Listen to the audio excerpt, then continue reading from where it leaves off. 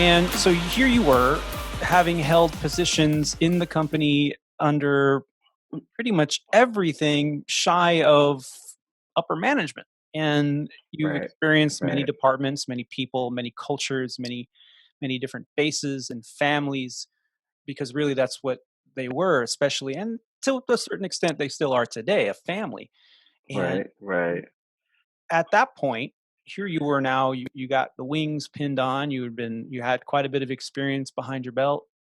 Was it mhm. really all that you thought it would be and imagined to be at the controls of an airplane, or did you ever regret it at any point? I had no regrets. The only thing I had questioned was if the legacy part of the, or not the legacy, but the regional part of the airline, if that was the right choice for me. Mhm. The culture was much different in 2007. And I think you can relate to that. The culture was different. It was a different group of instructors. The training department was very challenging. They were very challenged. That's the right word. Yeah, It was an old school mentality.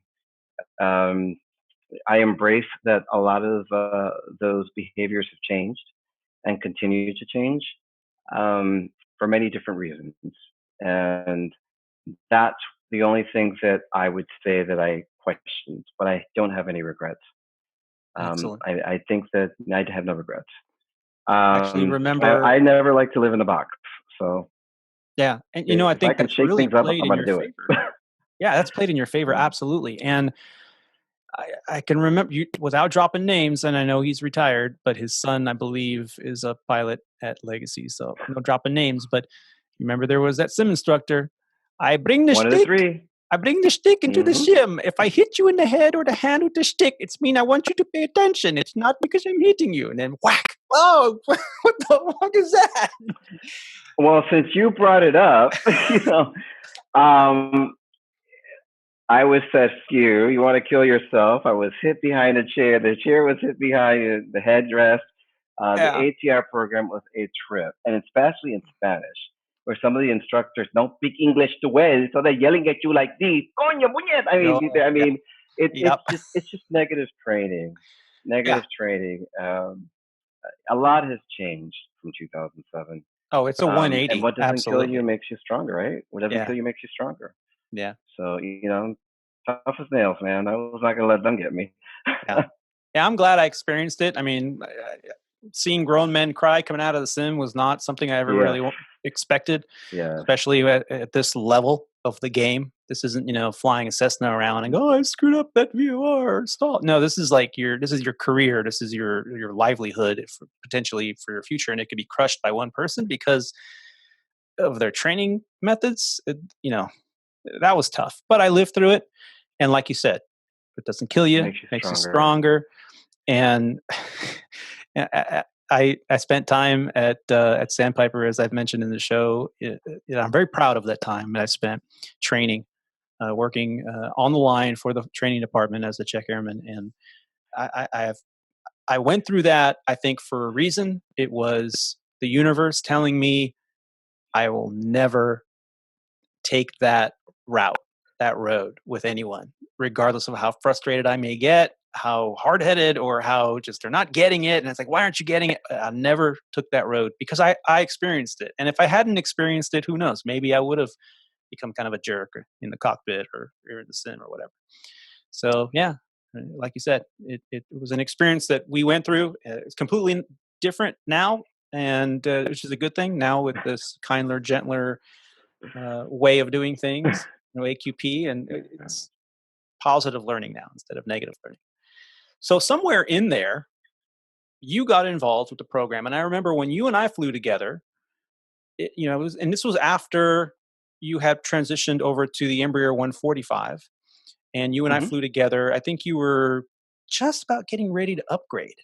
And I was Yes, only a captain for maybe a year or so. And so I don't even know if I yes. was quite a check airman yet or not. So you and I flew together, we hit it off, and I'm listening to your story as we do, once we fly together, a couple legs, couple days, and just so impressed with all of it. And really, Hmm. we didn't have time to to kind of talk about everything we're talking about today. And I never really knew all the intricate details, but you gave me the cliff Sure. notes, and I was just so impressed. And then you told me you were involved in a program called HIMS. And what can you tell us about what HIMS is? Well, HIM stands for Human Intervention Motivational Study. And, with my experiences, I would say throughout the various departments, especially with what we all went through at the um, torture airline, which was a Very great, it nice. changed to become a great airline, the torture. Um, I was already involved with something magic, so I wasn't sure how much I wanted to overextend myself. But I'm a firm believer it's important to give back. And what HIMS does is, pilots who have problems with drugs, alcohol, or any types of substance abuse, it, they're allowed to, if they test a positive and a DOT test, or if they have a DUI, they're able to come in this program, and if they pass all the requirements that the program requires, then they're able to get back to the flight deck. However, it will be monitored for several years, but it gives them the opportunity, it gives them a second chance, which I think it's what many pilots deserve, because we work in an environment where a lot of people feel that we don't deserve a second chance, and we're not perfect. We're human beings. And along with HIMS, I was also the Aeromedical chairman, so I was very involved. I became a monitor of pilots. I became a vice chair and eventually became the chairman of HIMS for, yeah, For Alpha Sandpiper. for Sandpiper. I got to Yeah. keep remember Sandpiper. Yeah. Yeah. That's right. I've helped a lot of guys, and until this day, I hear a lot of them. I just saw one recently and thanked me, and he said that his wife really appreciates everything I did for them, because obviously, with any type of abuse, it affects the family as well. Um, my father was an alcoholic. My father drank for many years. Um, I come from a Latino family where that's what happens. Men drink. On my mother's side and my father's side, they were both alcoholics. I don't drink at all. So I try to figure out why I was a chosen one. I mean, I Yeah. haven't even done 420. Never. What's that?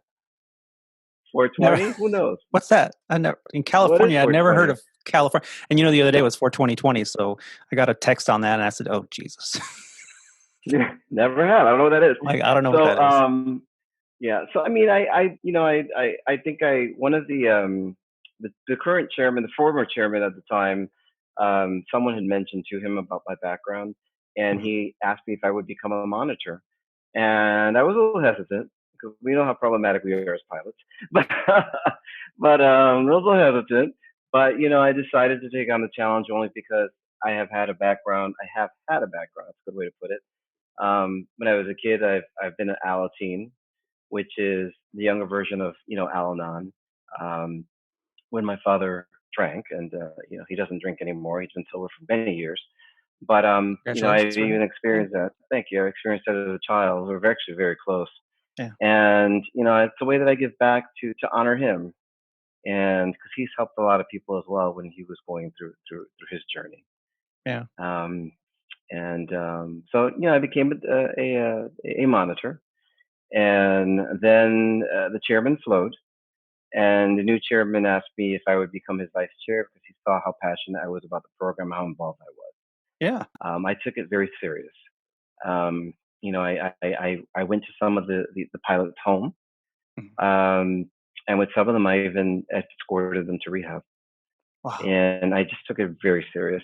One of the guys, I actually went to his house when I was vice chair, and I make sure his ass got in that car to rehab, because what happens is if you're not if you don't get the opportunity to be in the hinge program, you're done.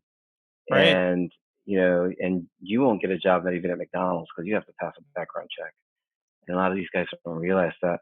The joke that I had was you're going to end up working at a strip club or an adult bookstore because they don't have those requirements. And that's what I would say. Um, Yeah.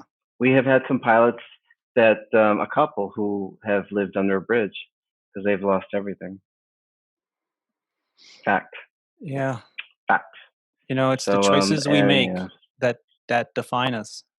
It really is. And Exactly. we're like you said, we're human, and sometimes we go down a road that we have a hard time backing out of, and choices that Right. we made Hmm. maybe years ago led to this point, and you think, how the hell did I get here? But it's just too hard to turn back. And it's because of people like you, people that have their own addiction, I would say. You have an addiction with helping people. You have an I addiction do. I do. being there I for do. people, supporting the people that need it the most, between the children. I mean, that alone is just so impressive, you know, Very and rewarding. It's very, very rewarding. because it's the It honesty is. and the look on their face and the purity from the Something MAAgic Foundation that you spent all that time with. And then, getting involved with the HIMSS program and working through those developments. But you didn't stop there. You also got involved with Sandpiper pilot recruitment, didn't you?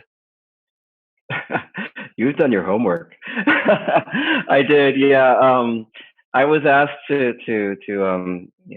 um, someone asked me. I forgot who it was.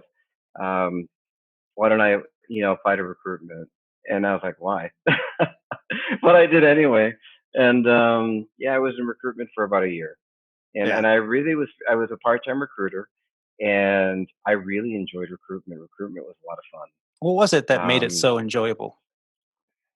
the passion in young students' eyes about wanting to be where I was at, and that any word that would say can drive them to become pilots or drive them not to become pilots.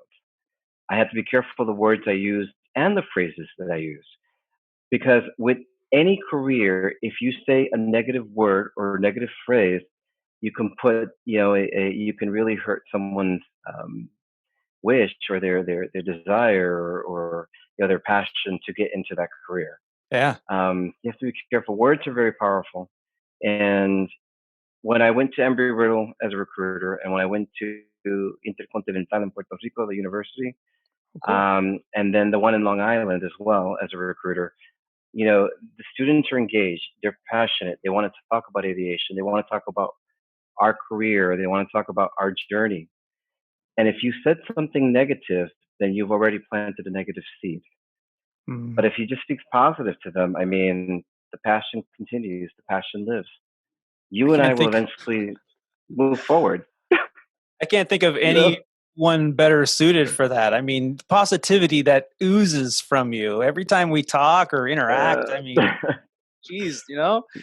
So you wow, what a 30 years in, right? Or just this year, 30 years? 29 years this year. 29 years on July. 29 coming July up. 29th will be 29 years. It'll be 20. Yeah. Yeah. Oh, just an I'm going to amazing. be 35. Can you believe it? Yeah. Yeah. Well, that's what happens when you're in diapers and you get a job at Legacy Airlines. Yeah, there you go. Yeah. Yeah. Manual labor to Hell yeah. yeah, manual labor. Yeah. Yeah. And all of this, there's a theme. And we've kind of talked about this already. And the theme is giving back.